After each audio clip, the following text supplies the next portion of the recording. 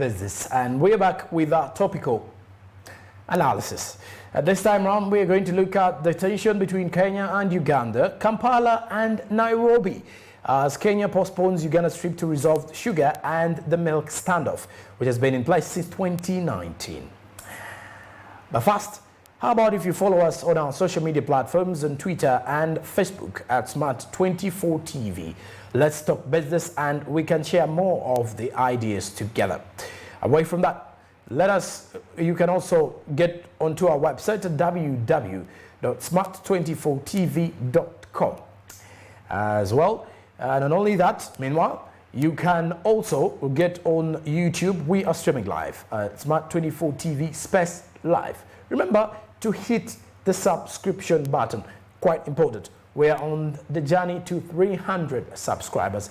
Let's drive business together. You want to advertise with us? We are located Plot 29A, Commercial Road, Naguru. And Joran Paul Sonko on Twitter, Facebook, and Instagram. You can follow me as well, and we talk more of the business. It is a time where we're going to discuss more in terms of the business. The tension between these two countries, I can only say, was even more hyped by the fact that Zambia gave room for Uganda's dairy products. And speaking of which, the same Zambia that gave room for Uganda's products to hit the Zambian market since 13 years blocked Kenyan milk from accessing its market. Now you can only imagine where we are in such a scenario. In a situation where Uganda wants to export dairy products to Kenya. Kenya is limiting, citing standard issues, saying that our milk products, our dairy products are not on the world standards, so they are not supposed to hit the Kenyan market. Then here comes another twist. The other twist is Kenya 13 years ago was blocked from exporting milk and milk associated products to Zambia because the Zambian market was saying that these Kenyan products or Kenyan dairy products are not of the world standard. So it's like Zambia is just adding what we could say the salt in that deep wound. So at the end of the day, Kenya, I would not say it is affiliated to that. But if you're to look at the picture here, and in this same story, Zambia comes in one way or the other. Because when Kenya denied us room or market for our dairy products, Uganda looked up to Zambia, and Zambia granted them the opportunity.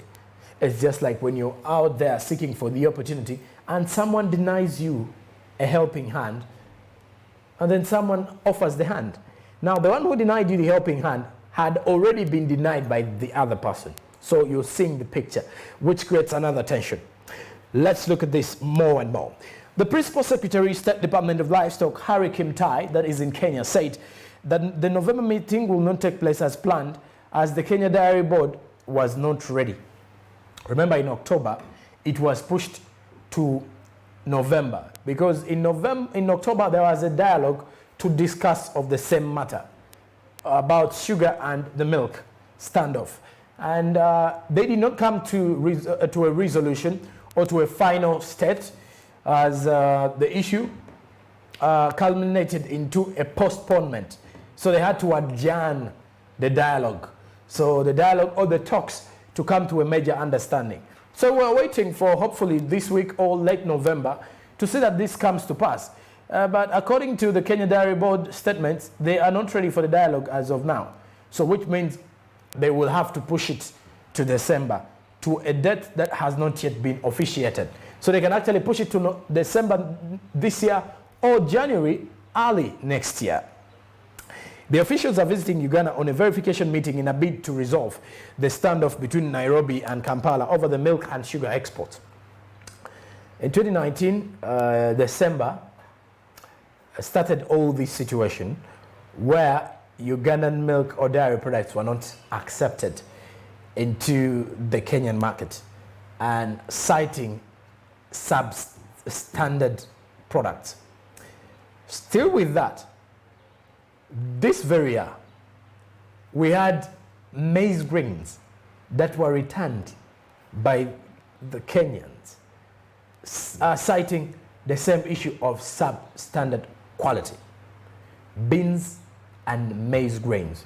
So you can only imagine that this does not only apply to the sugar and milk, because Uganda and Kenya are not only close neighbors, but they are also business partners, because we use the Mombasa port for our imports and exports the same way we use Tanzania as well.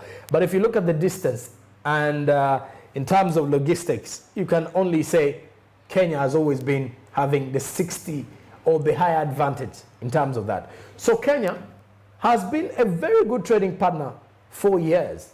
It is just of recent that such issues are coming in, but you can see that we still import a number of products from Kenya. Look at the cereals, look at the beverages, and quite a number. As well as Kenya importing some of other products as well. Though, if you look at the major exports that we're taking to Kenya, sugar, we have a number of plantations here. We have a number of sugar processing companies here. We look at the dairy products. We are very, our country is endowed with cattle, and cattle which can actually produce high quality dairy products or high quality milk. So which means that we are highly endowed as a country. So if someone says we are highly endowed, it means that, hey, we can have plenty of that. But if your neighbor in Kenya is not giving you room for that, then you expect some tension out there or some misunderstanding. So this is where the dialogue comes in. And the Uganda High Commissioner to Kenya and the Seychelles, Hassan Waswa Galiwango, last month in Nairobi said Uganda is supposed to export milk to Kenya, but there is a problem that is soon to be resolved. And this problem called for dialogue. And let's say, you remember those days when they would tell us it is supposed to be a round table, like the one I'm having now, for these two countries, these two trading partners to come together, sit down, settle these grievances, settle these misunderstandings, these trade misunderstandings. Kubanga tuba twetaaga okubeera nga omanyi, we are in a situation where both economies are struggling. Okay, Kenya may be higher than ours because at the time Kenya fully opened its economy, unlike ours, which is still in process of reopening, though some of the major sectors were opened. Now, Kenya will still need us, because I can only look at a situation where Uganda would say we are no longer going to import things from Kenya also. Just like Kenya is not importing most of these products, citing substandard quality. There was also a time when Kenya did not allow us to export products, saying that most of the products that were being exported to Kenya were being smuggled into that country. So they had not met the standards of the Kenya Revenue Authority. They did not pay the taxes, or at the clearance, the customs on the border, they were not cleared, so they were only smuggled in. So those are some of the issues that have caused this trade tension between the two countries, the land of Hakuna Matata and the Pearl of Africa. As, if we continue, the High Commissioner to Kenya and Seychelles, Hassan Waswa Galiwango, said that they have invited the government of Kenya to send a delegation to inspect Ugandan milk factories to ascertain Uganda's capacity to produce the exportable excess. So a team from Kenya has been invited. Come through to Uganda, visit, do a survey of the Ugandan milk companies. Look at the standards, and I would look at the standards that the Kenya Bureau of Standards wants. That if the milk is supposed to be exported, it is supposed to have this particular standard. Bino na bino banga bikolebwa. Company zino kubanga zina machine bweziti. buli kwegamba bino ebintu bitunuulira. They need to come out and do the investigation themselves, or to actually come out do this what we could say is something like a pilot study, whereby you need to come and check out before you visit a place, or something where you need to come and check out before you can actually put your money in there, because at the end of the day the Kenyans will be importing and paying some money to the government of Uganda. So if they are importing money to the if we are getting those foreign currencies, then it should be in that way. And still this brings us to the fact that most of the MPs, remember the time when most of the members of parliament were asking the government to rebrand the Buy Uganda, Build Uganda policy, saying it is more selfish, or it is actually built around selfish gains, because most of the Ugandans are looking at it in a way that, or most of the MPs looked at it in a way that, you see, most East African countries would decide not to import or support us because it seems we have a policy that is to build Uganda as a country, to build our economy at the expense of theirs. So we are on a Buy Uganda, Build Uganda, while other East African countries are not gaining from it. Look at Kenya, maybe Tanzania, and for us we are gaining from it by exporting our products there, and we are getting the money, and at the end of the day building this. That will not be an argument for that. It was just an opinion by most of the MPs as well. And though it was one which is yet to be debatable as time goes by. Now let's look at this as well. Kenya and Uganda have in the past years been embroiled in series of feuds over several products, including sugar, milk, and poultry products. So if we only come together and talk about this in a dialogue and handle it in a corporate manner, then both countries, believe me, will benefit. So this is where we want the countries to benefit. And let's look at this. The trade delegation to Kampala comes at a time when Uganda has been allowed to access the Zambian market, giving them an alternative for their commodity. So Zambia gave us room to export our dairy products. Meanwhile, Zambia's counterparts in Kenya changed the narrative. For them, they cited substandard quality. So here one would still ask, I think I remember the minister Tumwebaze came out and said, other countries who are still doubting the quality of the milk that we have or the quality of products that Uganda produces should look at the various markets where we are exporting to actually check on themselves. Because if Zambia has accepted to take our milk, and which means it is quality, and Kenya is saying ours is substandard. But 13 years ago, Zambia said Kenya's products are substandard. Kenya's milk products are substandard. I don't want to drive it in an angle where we're going to have tension and conflicts, or in a situation where we're going to ask ourselves who is the better, who is. Remember those times when we had we are fighting over the islands on Lake Victoria.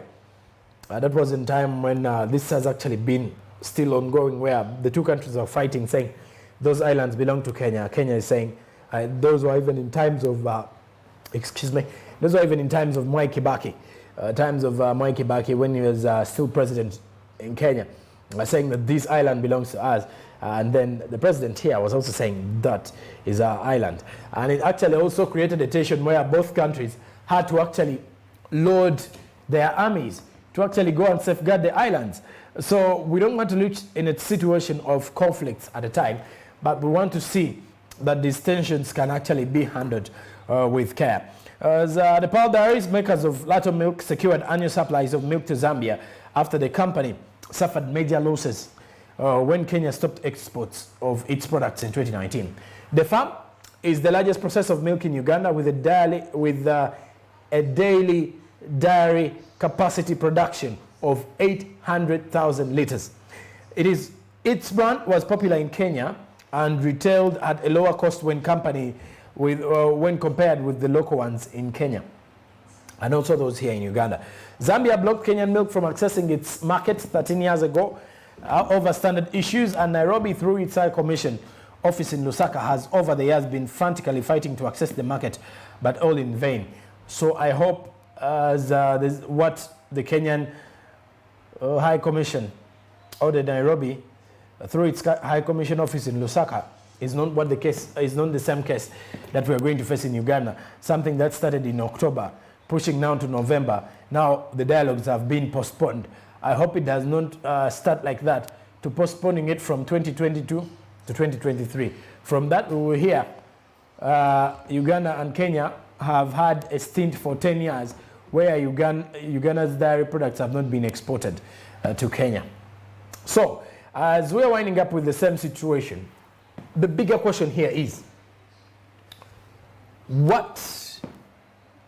where does the relationship between Uganda and Kenya stand with the ongoing crisis? Second is, where does this situation leave our dairy market, our sugar market, our exportation markets? Because if other markets out there look at this continuous tension between Uganda and Kenya, they would actually start asking themselves questions like, if their neighbors have not accepted to take their products, then who are we to accept and pick that? So you can only try to draw all these imaginations by considering. You know, normally sometimes we tend to look at things differently, but it tends to make a lot of sense and quite huge.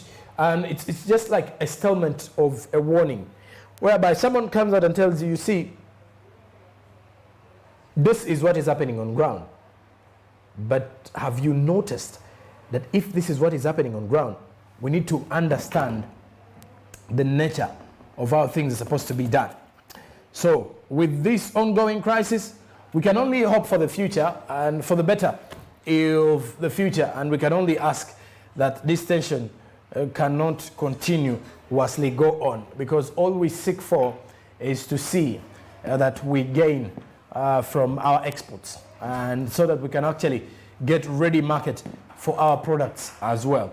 And with the continuous situations that are prevailing, we are still hoping that as a country, Uganda, can have ready market for our products. Not only that, not only in Kenya, markets on the world scene, the foreign markets, look at Tanzania, maybe Rwanda, Burundi, South Africa, Nigeria, all African countries also, and also looking at the European countries and the United States as well. So let's try as much as we can, and we shall wait and see what will come out after these particular dialogues were postponed.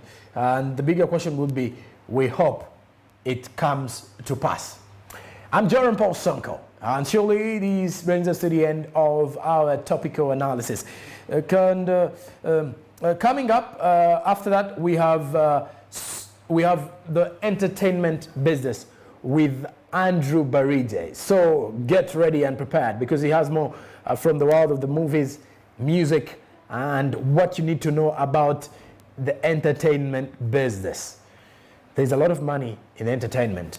Billionaires, if you look at what is happening in the United States, Rihanna being termed as a billionaire, the Jay-Z billionaire, Kanye a billionaire, so a lot more is coming out of that. So you do expect a lot of business coming from Andrew Barije.